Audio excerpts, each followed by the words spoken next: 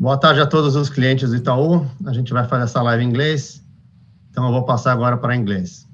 Thank you very much, all of our Itaú clients. My name is Eduardo Camara. I am the CIO of Itaú Asset Management, and today we have a super special guest, Mr. Garry Kasparov.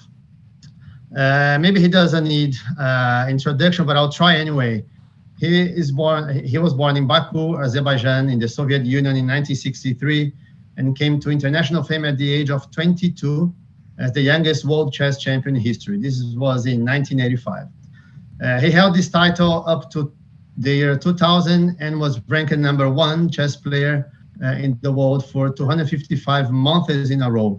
A record is still unbeaten. Mr. Kasparov achieved a rating of 2851 in 1999, a rating never seen before, and a record held up to 2013, long after his retirement as chess player.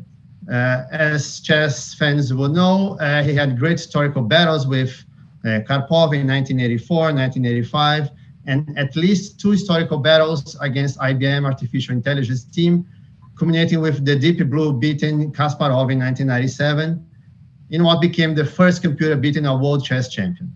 The story is narrated in a great book, a must-read book, written by Kasparov, Deep Thinking. I really recommend this book. After retiring from chess in 2005, he devoted his time to writing and politics. He's now a global human rights activist. He's a strong critic to Russian President Vladimir Putin, of course. In 2015, he published a book called Winter is Coming, Why Vladimir Putin and the Enemies of the Free World Must Be Stopped.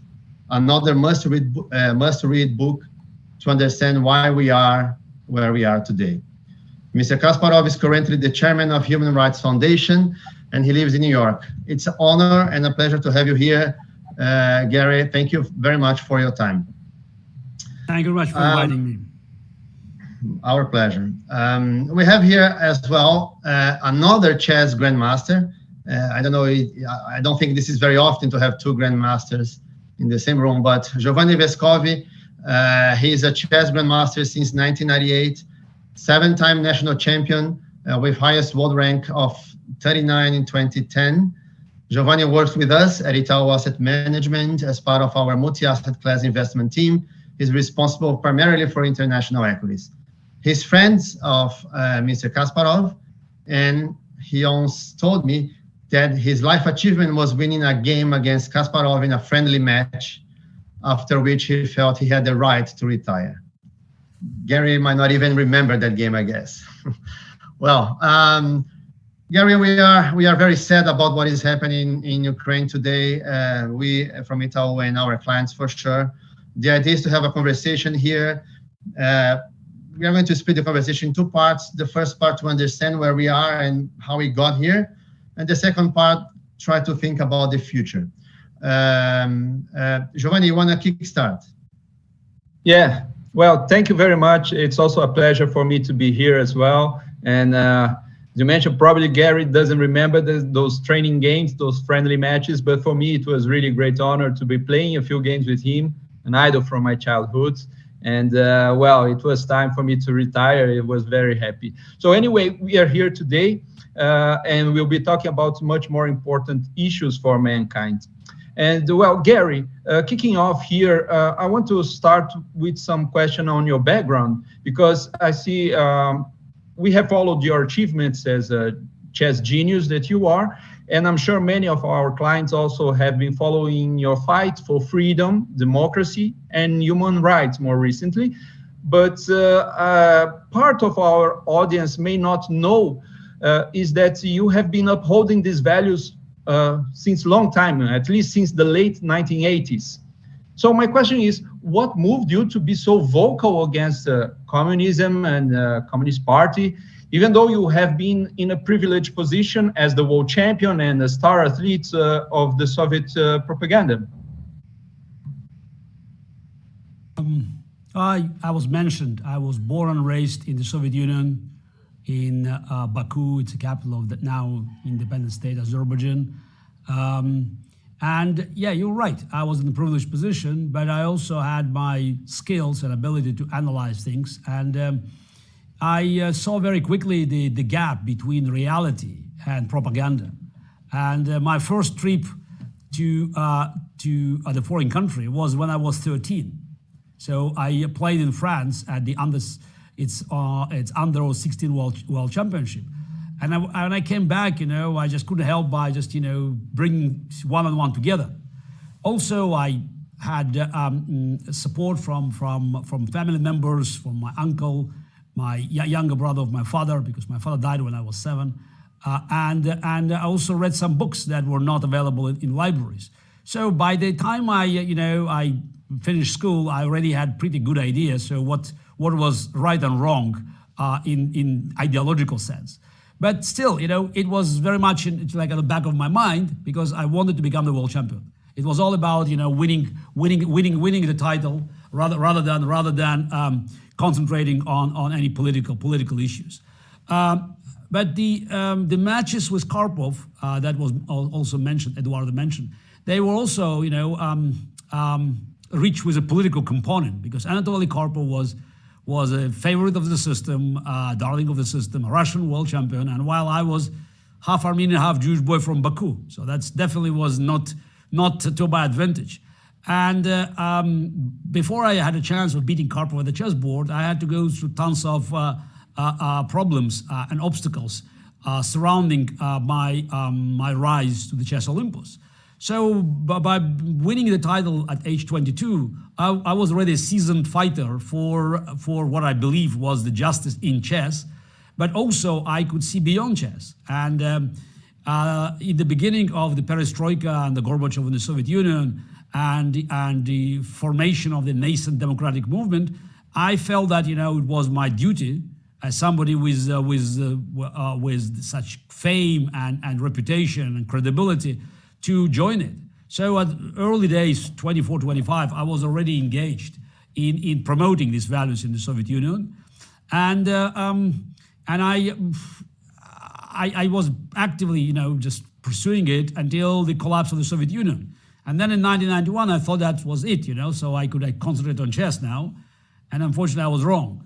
And seeing Vladimir Putin taking over from Yeltsin and hearing what he has been saying, and as someone, with Soviet education and enough experience in dealing with KGB, I had no doubts what this man was capable of if given the chance.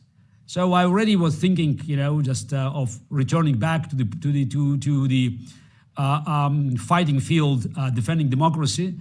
So it took longer. So just I still play chess, but I have been already preparing myself mentally for the challenge. And in 2005, when I retired from professional chess, I knew that my place was just among those who desperately tried to prevent Russia from sliding back into the dark ages. So that's a very, very skeletal form, is a story of my beliefs in democracy and human rights.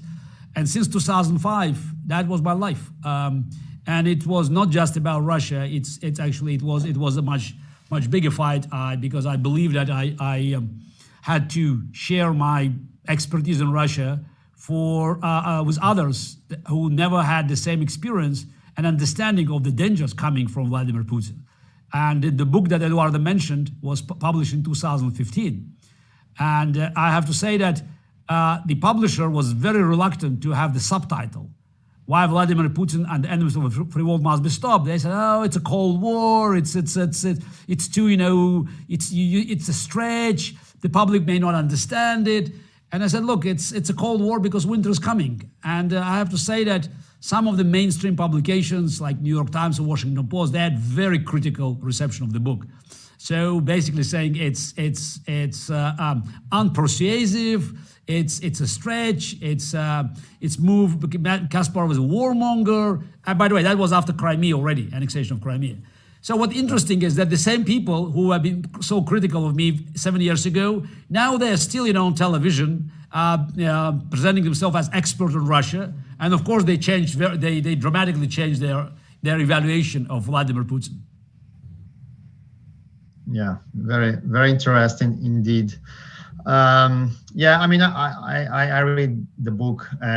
Winter is Coming is a great book, and then you argued that Putin election was a consequence of the failure of Russia adopting democracy and capitalism, and I mean after the fall of the Soviet Union, right? So there was a need for a strong man from the public eyes, and this strong man was put in 2000 after Yeltsin, right? I mean, in 1919, Keynes published one of his great books, The Economic Consequences of the Peace, right? In which he argues that the strong war reparations imposed on Germany after the First World War would have serious economic and political consequences, not only to Europe, but to the whole world, right? So do you see similarities in those two cases? I mean, what happened after the First World War and what happened after the fall of the Soviet Union and where we are today? No, it's, I'm afraid this kind of philosophical discussion, you know, goes way beyond the boundaries of our conversation today, because it's not for 1 hour, it's for many hours, many days, and many books, thousands of pages to be written to actually make these comparisons. I can briefly say that's my opinion about the World War I. I think that this war actually influenced the entire 20th century. Because when you look at what happened, you know, after World War I and the Bolshevik Revolution and the rise of Nazis in Germany and the World War II and the Cold War, these things had such a deep roots in the tragedy of 1914 that, you know, that shifted, you know, us from the road into the what we all thought was a bright future into darkness. Now, the question is whether 1991, you know, was an end of this nearly century-long history that had two world wars and many smaller wars. When I say smaller wars, though, I think it's Chinese civil war probably killed even more people. We just didn't know the exact numbers. And of course, the conflicts, you know, between India and Pakistan. So the Asian context that we're not so much aware of. So yeah, they also, you know, had millions and millions of people being killed. So the 20th century, despite technological progress, proved that human nature is not improving as fast as technology. Now, 1991 was a chance, but unfortunately, we missed this chance. And one of the reasons, complacency. Because the free world believed that, and I have to say, I admit my guilt. I also believe that we reached a point, you know, of no return. The communism was defeated, and I read, as many of you, this best-selling book of Francis Fukuyama, The End of History. And I said, yeah, absolutely, it's end of history. Liberal democracy won. What else you need? What kind of confirmation you need to see the superiority of liberal democracy and market economy? And then for a few more years, we saw the world incessantly marching in this direction. But then it's all changed. And one of the reasons is we didn't come up with a new plan, a new strategy, because the Cold War, you know, just ended a chapter of a history book for mankind. But you know, when you start a new chapter, you have to come up with a new concept, new idea. So the free world was too lazy. Obviously, you know, it was easy money to be made. So America, instead of leading the way and showing, so this is the right direction into the future, you know, got busy with domestic affairs. Yeah, America still played a role globally, but definitely without a plan. Since the end of the World War II, from Harry Truman to Ronald Reagan and Bush 41, America had consistent foreign policy. That's everyone knew that America was there. Now, after the Cold War, at the end of the Cold War, it became, you know, very much, you know, just dependent on the president. So you had Clinton and then Bush, just, you know, one side, another side. And then, of course, Obama, Trump, and Biden, you know, just made this pendulum swinging even further and further. So with America basically abandoning its ideological leadership role, it created vacuum. And this vacuum was filled. You had enough powers, and most of them are not benign powers, looking for advantages. So, and you had the rise of Chinese communism, getting more and more aggressive. You had Islamic radical terrorism. And of course, you had Russian revanchism. So I don't think that is the shift from from a very feeble democracy of the 90s into Putin's dictatorship was automatic. But it was a very slow process, like a slow motion. Putin didn't have tanks on the street. If you look at Putin, he kept, moving step by step as every dictator in the past. Just, slowly chipping away our freedoms, but also looking around and measuring the response of the free world. Vladimir Putin in 2001 was very different from Putin in 2005. And 2007 was different from 2012. So every time, he did something, he looked around, he could sniff the air, so just smell whether there was any danger. And he just discovered that there was no resistance. So it's as much as we have to blame ourselves in Russia for being, naive about Putin's intentions, though I wouldn't call myself naive. My first article about Vladimir Putin's true intentions and dangers was published in January 4, 2001 in the Wall Street Journal. So I'm not, simply saying, oh, I knew it. It was on the record. So for more than 20 years, I've been warning about what he was capable of if given the chance. Why? Because I heard him saying the collapse of the Soviet Union was the greatest geopolitical catastrophe of the 20th century. He said it, not me. So that's already a warning signal. Once KGB, always KGB. There were no former KGB officers. Vladimir Putin. His first act as a Russian president was to restore Soviet anthem. When you start adding things together, you could see that the guy already had a vision of the world in his mind. Again, he had no resources and no arrogance and no right political climate to push forward. But we had to actually stop him at very early days. But all my warnings that, Putin had a Hitler potential, they were dismissed. And very often I've been probably just treated with contempt. How could I compare Putin to Hitler and to a dictator to Stalin? Okay, now we are where we are. And the reason is the free world didn't want to hear, not me, Vladimir Putin himself. It couldn't be more clear for Putin to state his goals 15 years ago in Munich at the Security Conference in Europe, February 2007. He talked about return to the spheres of influence. This is for those who are not aware of the gravity of this sentence. That's exactly the language from Molotov-Ribbentrop Agreement, Stalin-Hitler's pact to divide Europe. Spheres of influence. It had a very clear meaning that Putin wanted to come back with the Russian imperial power, and he said that NATO had to go back to the 1997 line. So, did we hear the warnings? No. The West ignored it. And next year, Putin attacked the Republic of Georgia.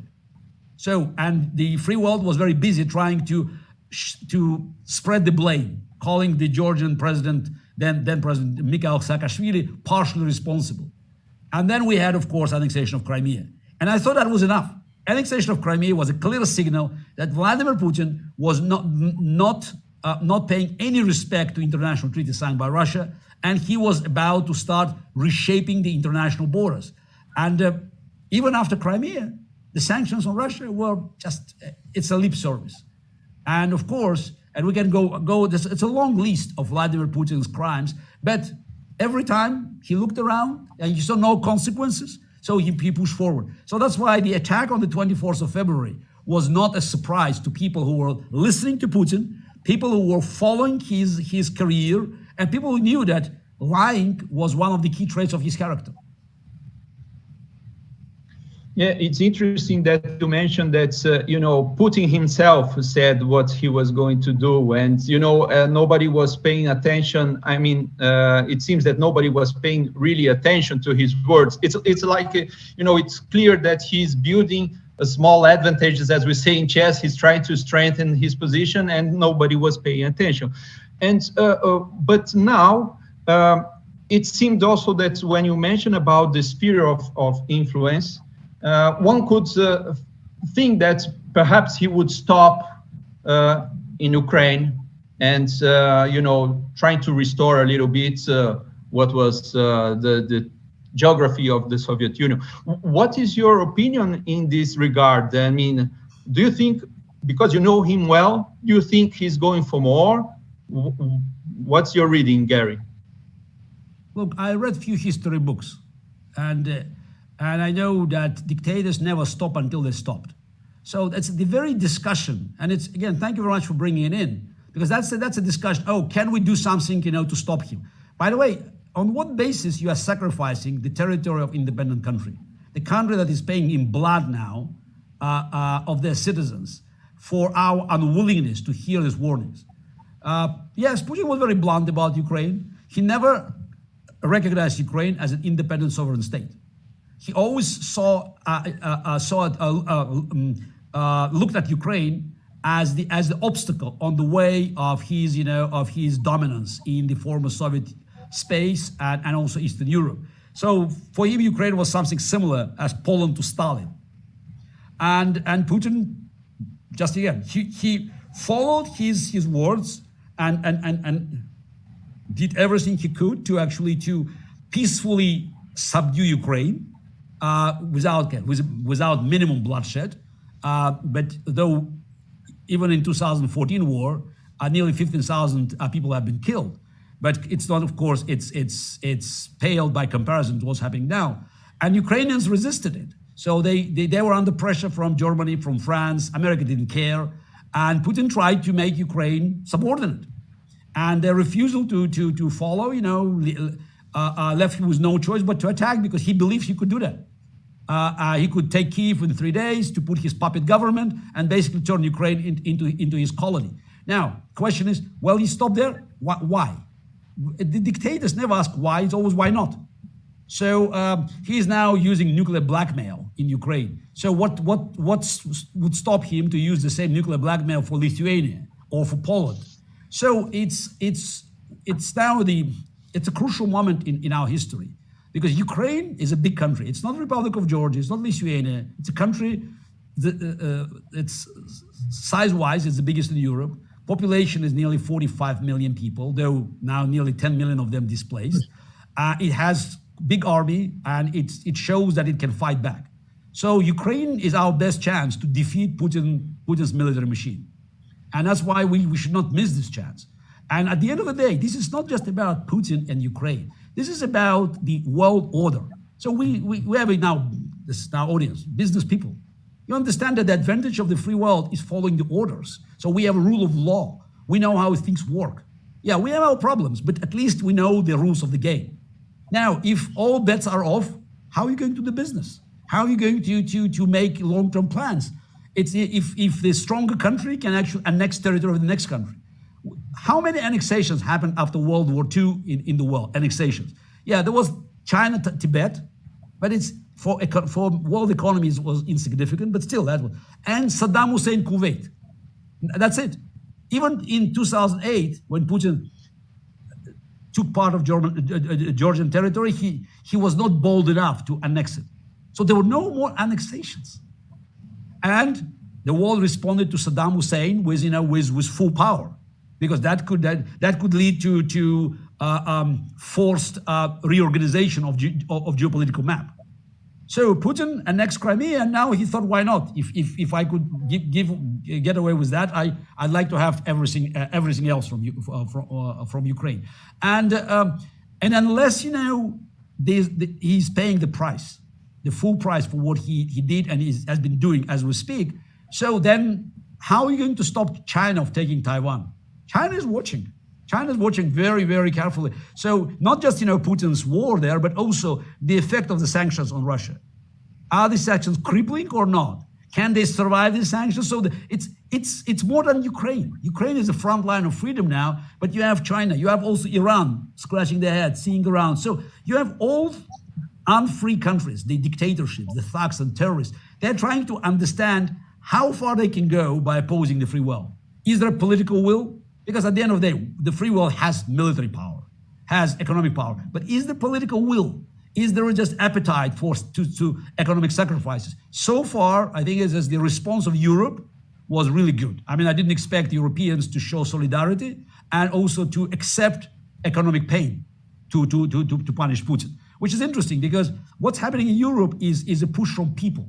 The European leaders, they were very timid in their response, but the pressure from the public forced them to change. There's also pressure in America, but Biden administration, actually, believe it or not, is actually lagging behind. So it's I can recommend that, for those who are interested to look at the sanctions and the supply for Ukraine. So my organization did a special website called fightforukraine.org. Fight for Ukraine, it's 4 number. And this is full analysis of all measures taken by countries like Germany, America, EU, and Australia, and Great Britain. And you will see that America is almost at the bottom. So that sends the wrong signal. And it's very important for us to make sure that this war is a chance to actually punish Putin once and for all. And I think that's what we have to look for as the desirable result. It's decisive military defeat of Putin's war machine in Ukraine. Yeah, interesting. But just coming a step back, last week there was an article from Financial Times by Gillian Tett, titled "Why I Should Have Listened to Garry Kasparov About Putin." I mean, I of course, well, actually you tweeted about it. Yes. Well, it describes about a dinner a few years ago where you have argued with some other guests that the world had the opportunity to stop Hitler in 1935, 36, 37, but it didn't. And the West was failing to stop Putin. And now basically we have the war in Ukraine happening. So why do you think world leaders didn't want to hear you? I mean, is this like the energy or fail to read history? No, I don't think that there is a simple answer to this question. Is going back to what I said about at the end of the Cold War, it's complacency. And also though we read history books, but we believe that's not a lesson for us. Yeah, it happened with somebody. I remember when I was a kid and in the Soviet Union, I studied history and I read stories about 1930s. You mentioned that. And the appeasement policy and the failure of Britain and France to stop Hitler at early days. And I said, wow, how come? Were they so stupid? They didn't see that? Okay, now I learned that learn hard way that they were not stupid. They just, they tried to play safe. And in defense of Chamberlain and Daladier and other leaders of the free world then in 1937, 38. So I can tell that they were not doing business with Hitler. They tried to preserve peace the way they saw fit, but they didn't know what's coming next. Now, I think the biggest mistake that was made is that people who did business with Russia, they had no doubt Russia was corrupt. It's a mafia state, and I always say that every country has its own mafia. In Russia, mafia has its own state. And Vladimir Putin is more like a capo de tutti capi, so the boss of bosses. So, but I think it's while recognizing that, people, just who did business with Russia, say, okay, fine, he's corrupt, big deal. He's just, the Russian elite, they steal money in Russia, they put them outside of Russia, they send their kids to Britain, to America, to France, to God knows where, in the free world. They keep their money there, they bought yachts, they bought palaces, that's just private jets. These people are no danger to us. And that was the biggest mistake. Because corruption for Putin was not the end means, but it was a cover-up of his geopolitical agenda. And again, he has been saying about it. It's not that he was hiding it, just it's somewhere. He has been talking about it. And every time, he could actually succeed with his corruption, like buying top politicians like Gerhard Schröder, or former German Chancellor, or François Fillon, the former Prime Minister of France, or former Chancellor of Austria, former Prime Minister of Finland. I'm talking about only top politicians. Then you had many former foreign ministers and other ministers, and of course captains of business and pop stars and movie stars. So he, again, we should give him credit. He built the most sophisticated network of agents and lobbyists ever seen in the history of humanity. And look, he was not shy of spending money. He was also in control of more money than any of us can imagine. So when you look at all the funds, between Russian hard currency reserves before it was frozen, Russian budget, and also the oligarchs' fortunes, he was in control of the amount exceeding $1 trillion. $1 trillion, directly or indirectly. And he used them. He used this money to buy more favors, to spread his influence. So Also, if, again, I'm talking to business community, if budget is an indication of your intentions, all we have to do is to look at Putin's budget over the last 10 years. Steady cuts of social security, housing, healthcare, education, culture, and beefing up, boosting expenses on military, police, security apparatus, propaganda. If this is not a budget of war, what is that? And Putin thought that, he could actually realize his dream, which was, again, as he said, to take revenge for the loss of the Soviet Union in the Cold War. He knew the Russian army was not strong enough to beat NATO. I mean, he's not stupid. He could be crazy, but he's not stupid. But he doesn't have to fight NATO in the battlefield if he used nuclear blackmail. Because at the end of the day, it's about political will. And all he saw every time he bluffed, that, he had, we're talking about chess now, but I always said Putin is a more poker player. And in poker, you can win if you raise the stakes, having a weak cards, weak hand. And Putin had weak hand, but he kept, raising stakes, bluffed. And what's happened on the other side? Folding cards, like Obama in 2013 in Syria.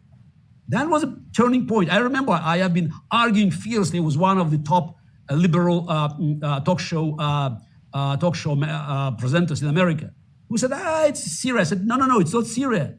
It will have consequences beyond Middle East, because that's for Putin is a message. It was before Crimea. Next year, Crimea. Next year, Syria. Putin saw a vacuum and he came in. So he came in and they carpet bombed Aleppo. What's happened there? Nothing happened. By the way, it's everything is connected now, because by helping Assad to stay in power and carpet bombing Syrian cities and pushing millions of Syrians outside, he created a wave of refugees. What's happened with this wave? Many of them landed in Europe.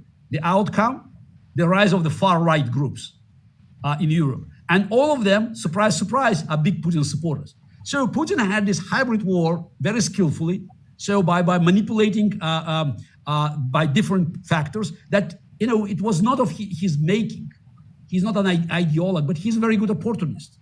And then, he decided that it's time for him to attack even America and just to interfere with American politics. And again, it worked.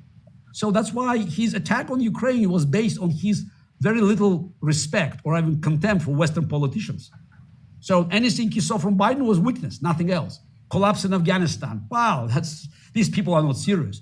So if not for Ukrainians' heroism and Putin winning the war in 3 days, we'll be seeing now Americans and Europeans negotiating with Putin's puppet government and saying, let's save what we can save now.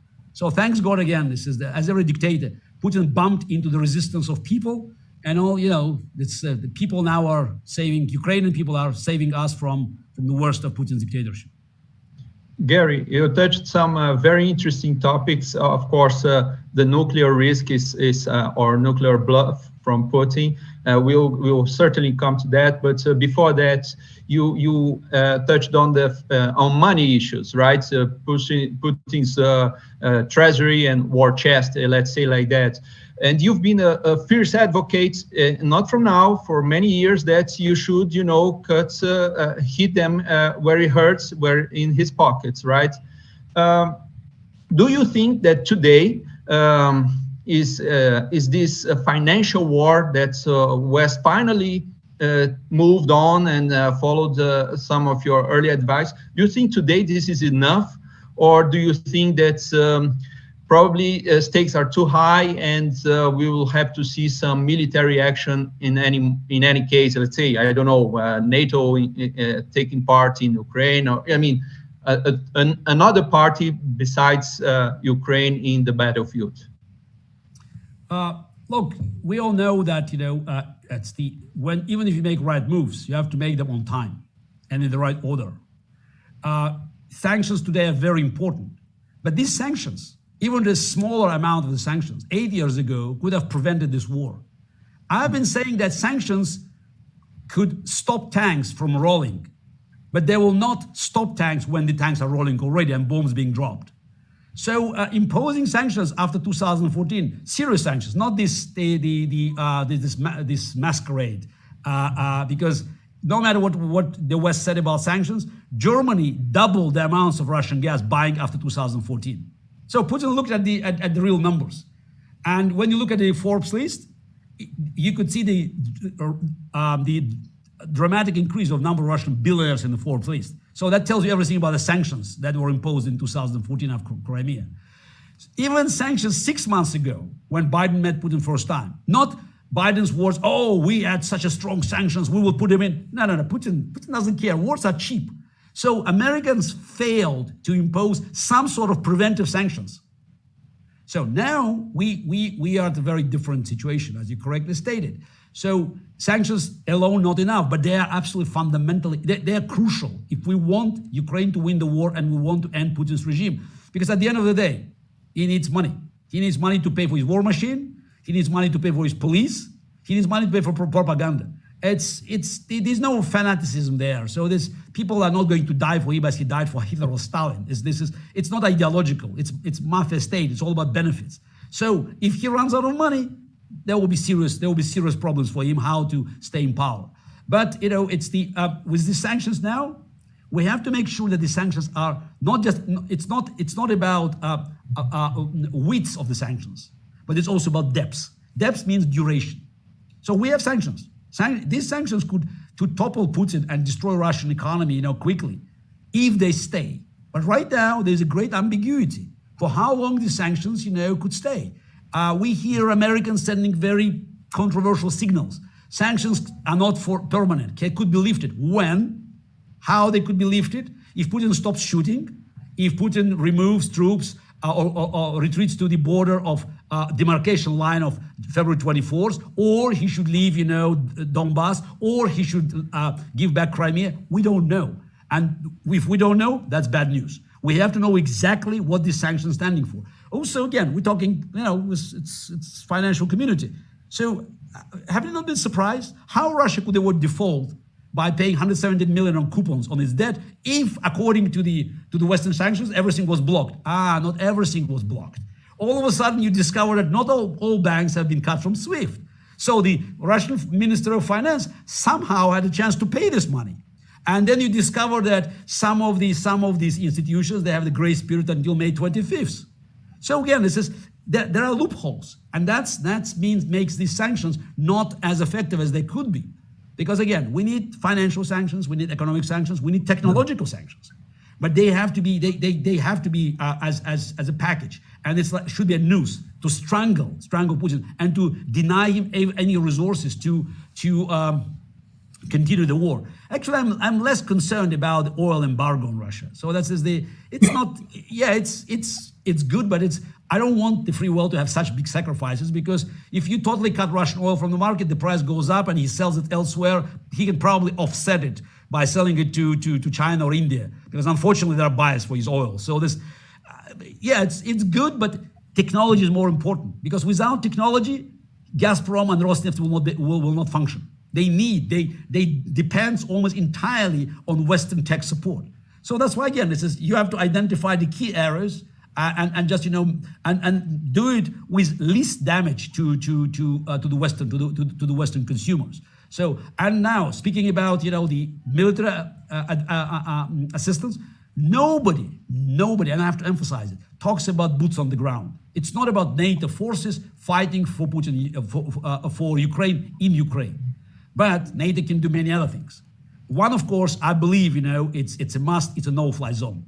I understand that, it's a risk of engaging Russian pilots in air combat, but don't forget, this is Ukrainian sky.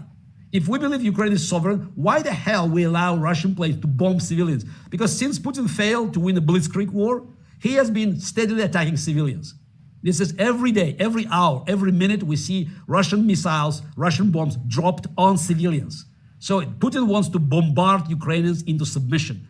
So I'm not sure that Putin will find many, if any, Russian pilot who will be willing to continue these sorties, these attacks, if NATO declares no-fly zone. Because one, it's bombing innocent civilians, and hospitals and maternity houses, theaters is one story. Facing NATO pilots in the air, that's another story. I don't think Russian army has many kamikaze these days, if ever had. Maybe at Stalin's time they had.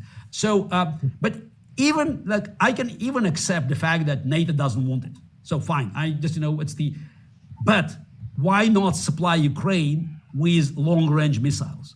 Because one of the problems now that Ukraine received tons of the small arms, the good defensive arms against tanks and also Stingers that good against helicopters and planes flying at a low altitude. But they cannot shoot planes that are fly high. They don't have enough planes of their own. But also the most important thing that is not being talked enough, Russian warships. The most powerful missiles are actually fired from Russian warships. Actually, yesterday they even fired, believe it or not, some of the most powerful long-range missiles were fired from the Caspian Sea. So the Black Sea Fleet, and it's not only Black Sea Fleet, because Putin, preparing for the war, brought his Pacific, half of his Pacific Fleet to the Black Sea. Can you imagine this? Putin has been preparing secretly for war. I mean, secretly preparing to bring Pacific Fleet to the Black Sea. Yes, okay, secret. So these ships could be an easy target if Ukraine had weapons. Now we hear from Americans, this is escalation, because that's already offensive weapon. What the hell is this? It's not offensive. It's this, if the ships, warships are shooting at Ukrainian cities, so that's the only way to stop them. It's to stop them is to think them. So we need the free world to come up with a simple strategy, defeating Putin in the war. My guess is now, again, we don't have enough time to go into all those details. I think that the Americans are not willing Putin to lose decisively. They want some sort of a compromise because they are scared, as Bush 41 in 1991, scared that the collapse of Putin regime may lead to the collapse of Russia, and they don't know how to deal with that. That's, again, you make all my speculations, but unfortunately, I see too many facts that support this, some say conspiracy. Well, there would be so many follow-ups on this answer, but I'll try to keep short here. So Bill Browder from Hermitage, you probably know him, claims that freezing oligarchs' money, by doing that, you are actually freezing Putin money, because the oligarchs are the custodian of Putin's own money, right? And that's the only thing he would care. We spoke a few weeks ago with Neil Ferguson, historian, and he believes that actually Putin's goal is not to become the next Stalin or any other Soviet leader, Lenin, but he wants to be the next Peter the Great. So the question for you is, what do you think it is Putin's ultimate goal? I probably will argue with Neil Ferguson, because the facts tell me the otherwise. Actually, many years ago, I said that Putin's dream was to rule like Stalin and live like Abramovich. Putin wants to combine these two worlds. So to be a dictator, but to have a very luxurious life. And again, that's supported by all his decisions. He has the most luxurious palaces in the world, probably in the history of the world. There's so many of them, and it's that dozens of them in Russia. So we had recently, thanks to Alexei Navalny team, we had a glimpse of some of these palaces. They are just absolutely mind-boggling, with hundreds of millions of billions of dollars worth. But I don't think that Peter the Great analogy is the right one, because while Peter was a Tsar, he was the ruler, very cruel, so he was not shy of using violence. But Peter wanted to make Russia, economically it's developed, so a part of Europe. So he was bringing scientists into Russia. He was foreigners. He wanted to develop Russia's industry to be competitive. Again, we may and probably should disagree with his methods, because it was not in natural development. So it was very much forced, industrialization. But that was industrialization. Now Putin doesn't care. So Putin relied only on Russian oil and gas and timber. So Russia created nothing. So when you look at the Russia today, it's going backward. So that's why I would say it's not it's not Peter the Great. It's more closer to Stalin and Ivan the Terrible, because I think in his mind, deep down in his mind, Putin believes that the world should live under different rules. And I think one of the fundamental differences that we cannot reconcile between us and him, it's violence. We believe that violence is sometimes is necessary, but it's not desirable. We have to minimize the violence. The idea of our society is to move into the future, minimizing the factor of violence, both domestically and international. Putin looks in the opposite direction. He thinks that violence is not just, acceptable, but it's desirable. It's a tool to actually to spread his influence. And the war in Ukraine is somehow, it's a demonstration. He's now, I'm sure, enjoying the fact that he has been committing war crimes on an industrial scale. And the most powerful military alliance, NATO, is standing by doing nothing, just watching it from the front row. So for him, it's a great satisfaction. It shows that, it's the brutal political will can dominate even without decisive military backup. Gary, is there a scenario for you in which Putin loses and stays around? And also, if you could connect your answer with the fact that you probably have many friends still in Russia on the ground. You have a better sense than media, which is always first a victim of wars. Do you think there is a chance that he suffers a coup or he's taken out of the power due to this financial weakness? I mean, this financial link. What is your view in regard to how things are moving inside Russia? Because I remember from your book, you had a very good sense for the feel for this tectonic changes. I mean, you recalled your conversation with Kissinger back then when you mentioned that you felt by the end of the year there is no Soviet Union, and in fact that's what happened. So the point is, what are you seeing on the ground and what are you sensing, or is this something that we are still a little sometime we have to wait some time?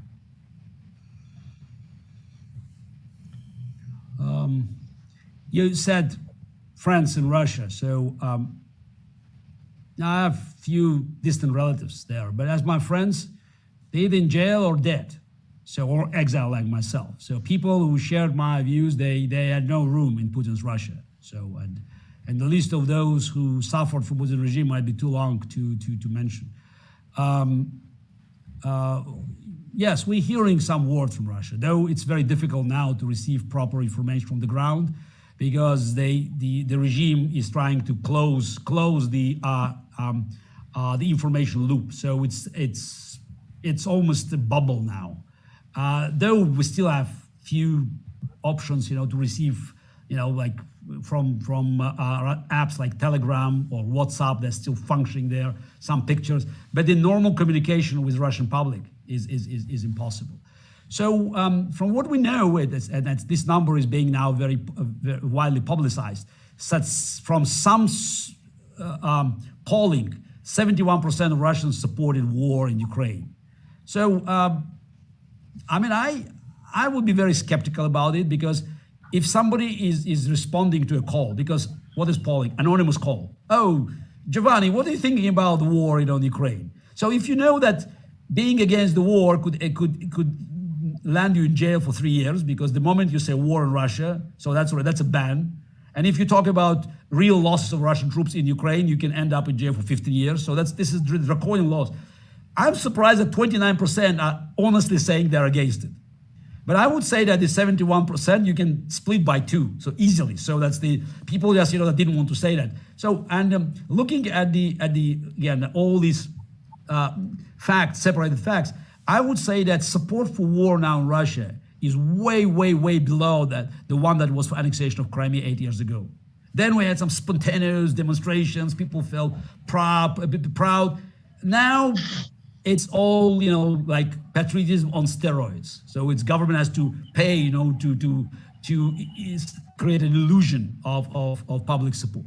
But being against or not supportive, it's not the same as protesting and making it to the streets. So there were tens of thousands of Russians that made it to the streets, and at least 15,000 of them were arrested for protesting the war. That's not enough to overthrow Putin. So if we're looking for a scenario, and I believe there are two two scenarios. So this is this. One is it's one that Ukraine will be somehow forced to negotiate. And what kind of concessions Zelensky can make, I don't know. It doesn't seem that he's willing to make any real concessions. But there will be some sort of a deal offering Putin off-ramps. That's what Americans want. That's what Biden administration wants, to keep Putin as not a partner, but somebody at the negotiating table, because they want to talk about Green New Deal. They want to, Iran, of course, an important thing. And that means that the war will resume eventually, because as long as Putin stays in Kremlin, there will be no peace. So that will be temporary relief that will end up with much worse conflict. Now, another scenario is Ukraine receives enough military supply to win the war. And I say win the war, I believe there's a very good chance. Right now, it's a stalemate. But if Ukraine receives long-range missiles, I think it's not a fantasy to see Ukrainian troops basically, taking over the whole country. It's a bigger army, very motivated. They keep getting more and more resources because people coming back, and Putin's army is depleted. So set aside of Putin using chemicals or tactical nuclear weapon, Ukrainians will win the war, even without NATO forces there. So again, was more weapons. Now, military defeat leads to social economic revolt, because losing in Ukraine and at the same time seeing the economic collapse typically creates a revolutionary situation. And people could go to the streets, and Putin may not have enough money to pay for the police to subdue these people. And also propaganda may start, just crumbling under the pressure of the facts. And again, not so many people would like to stick their neck to a dictator who is failing. And then, only then, we can expect what you called palace coup. Only then you can see people saying, okay, now the boss is too weak, is losing. And then what happens, again, we read it in history books, they will need a scapegoat. The only way for these people to leave this sinking ship is to find a scapegoat. And of course, Putin will be a scapegoat. So if Putin collapses within this scenario, I can bet you that people around him will be shouting at every corner that we have to follow this crazy guy. By the way, we'll know so much about Putin, so much dirt will be revealed. So, but still, I wish, we could have this day sooner rather than later. And though I hate these people, I still think that many of them, for anybody who pulled the trigger, should be fully compensated for his, not for his bravery, but for his, act of conscious act out of his cowardice. Yeah. Well, you mentioned about some options like chemical weapons or nuke, and also you mentioned before that what Putin does is that he plays poker, so he raises the stakes as if he is bluffing, right? But I remember back in 2003, if I'm not wrong, when he started chasing Yukos and Hodorkovsky, and he was asked if he was bluffing, and his answer was, well, I came from the KGB, and there I learned that if you pull the gun, you have to shoot. So the question is, does he have the courage to push the nuke button, and in which circumstances he will do that? You mentioned 2003 Yukos. Yes. And yes, Putin was willing to shoot because he knew he was safe. It was not, shoot out. It was him shooting, and his opponents, they had their hands tied behind their back. Putin made these moves, and then he tested the water again. The key was the reaction of other oligarchs in Russia, and they decided to stick with Putin. It's again a long story. I'm more than happy to talk about it. We're just running out of time. But then he thought, okay, I can do that.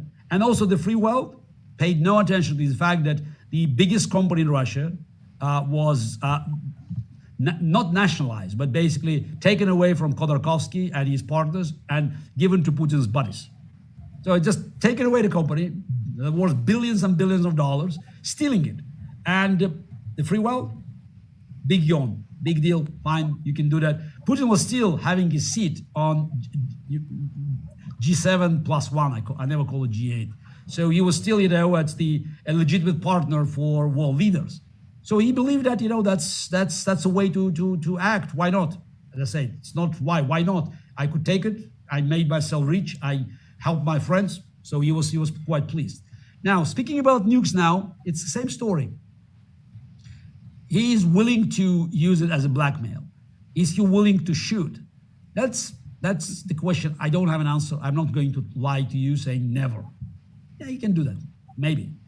The question is that, as far as I'm aware, it's not decision of a one man. So typically you have it's a chain. And are you sure that other people are willing to die, even if Putin is? And also it's about sending the right signal. Let's say Putin tells the admiral in the Black Sea to shoot a tactical nuclear missile to one of Ukrainian strongholds. I think everything depends on the understanding of this admiral whether the use of nuclear weapon will have an immediate retaliation from NATO. If he knows that the moment he pushed the button, so it's that he will have 5 minutes to leave because NATO missile will come back, I don't think he will push the button. So that's why the whole idea about this nuclear brinkmanship, about this nuclear poker, blackmail, it's about again, as in poker, who blinks first. And if Putin succeeds now with the nuclear blackmail, he'll use it again. So that's why I'm puzzled, because I cannot reconcile statements from American administration coming from President Biden and others. Oh, we cannot afford to have military confrontation with Russia that could end up in nuclear war, in Ukraine. But we will defend every inch of NATO territory. Again, can I understand how you reconcile these two things? Because who's going to attack Lithuania and Poland? The same Russia. If this is it's like main condition, premeditated condition. So that's the no war with Russia. How are you going to defend other NATO countries? Piece of paper? Who cares about piece of paper? That's Article 5 is just, the paper. There's no political will behind it. So Putin will continue. By the way, today already we saw a first test. The Russian military jet crossed borders of Poland and Lithuania, made a little circle and came back. Again, it's the no real menace. But next time it could by mistake drop a bomb. Yeah, maybe a small bomb, small explosive. But this is okay. He keeps testing now. He'll see what happens. By the way, maybe I missed it. I have not seen any response from NATO yet. So what NATO has to do, immediately say, any appearance of Russian planes in NATO airspace now, we'll shoot it down. We'll shoot it down. Because it's now NATO airspace. Again, that's how you lose this poker game. That's how you lose the psychological battle. And that means that NATO refusal to engage Putin in Ukraine, I believe not decrease, but increase the risk. Because he will become emboldened and he will continue doing things that will put NATO in the corner, and then there will be no way out but to fight. Gary, we are very conscious of your time, and would you mind having a last couple of questions, maybe one from me and one from Eduardo? Okay, I'll shoot you one here, right? 400, so I think they deserve, to be engaged. Okay, so let's assume for a moment that we are in an optimistic scenario where this doesn't escalate much further and we don't have an open third world war, right? How do you see the free world maintaining a commercial agenda, trade agenda with countries, and we can go further. Let's say we go in the future and this problem is sort of solved. Still, we have a divided world in a way. Can we reconcile everything and a trade agenda, trade commerce, and a fight for an agenda for human rights as well and democracy? That's a very big question, because it brings us back to the system of international relations. And that's what I said about 1991. The collapse of the Soviet Union, the end of the Cold War, made it necessary to create new international organizations. United Nations is useless these days. By the way, we don't hear much of anything from UN on Ukraine, because this organization proved to be totally incapable of doing anything. It's more like a showcase for dictators. Many signatories of UN Declaration of Human Rights, they are the worst violators. So I think it's important, for us to look in the future as the structure, that will have an international structure that will be based on the values of the free world. And when we say West, it's not only West, because you have countries stretching from Japan to Brazil and from Canada to New Zealand. So but we understand the term West means democracies and market economies, and South Korea and Taiwan as important part of this equation as Germany or Great Britain. And I think that's time for us to start looking for these new arrangements. It doesn't mean that we have to stop trading with unfree part of the world. By the way, it's even if we consider India as a democracy now, let's for the moment. I just don't argue with those who say it's not clear. So, but it's definitely not not authoritarian country. So it's somewhere just in a gray area. So we're still talking about 60+% of people in the world living in unfree countries, 60+%. So, and China, of course, on top of that. But again, the list is pretty big and long.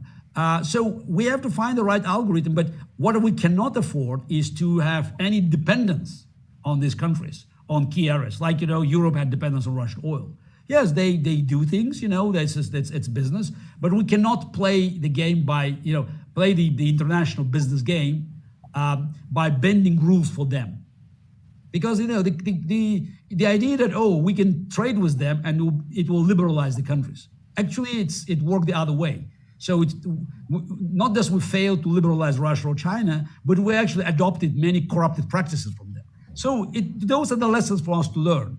And I think, again, the best hope for us is that Ukrainian war will end Putin's regime, and then Russia will become a part of the global solution, not a permanent source of trouble.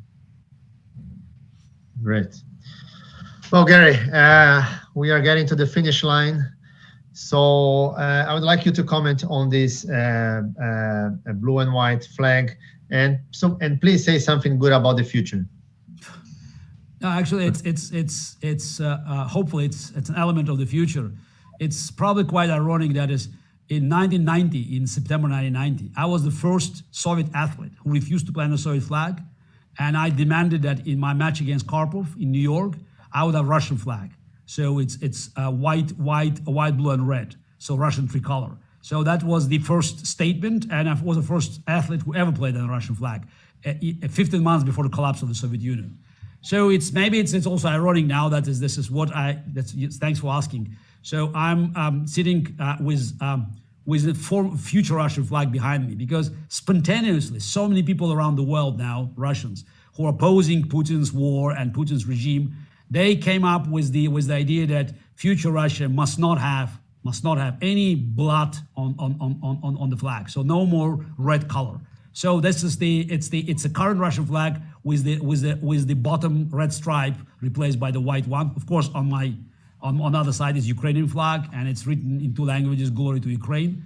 So maybe it's a future. And I'm I'm an incorrigible optimist. So I believe that with so many great things happening now in the world. Now that's when you look at the technology, at our this participation of people in the whole process. Ukrainian war somehow was a catalyst of that, and the pandemics they put very heavy price on us. So that's we all suffered. So for me it was a most tragic loss. I lost my mother to COVID in December 2020. But what I think is this was a moment for us to understand that there's no substitution for the free world, because at the end of the day, whatever people say about China and China's threat to our world of life, China gave us virus, and America and the free world came up with the vaccine. So I think we should be optimistic that we live in a part of the world where things can happen, and I think that's more and more we're learning that the values, they are not just empty words. The values is something that could become material, because only the free world that is sticking to its founding values could offer us a safe and safe path into a bright future. Well, I don't think we could end this conversation on a better note. Thank you very much for your time, Garry. Thank you, Giovanni, for this conversation. I am pretty much sure that all clients enjoyed the conversation. Thank you very much. Thank you. Hopefully I could have better news next time. Yeah. Yes. Thank you. Ok, cortamos.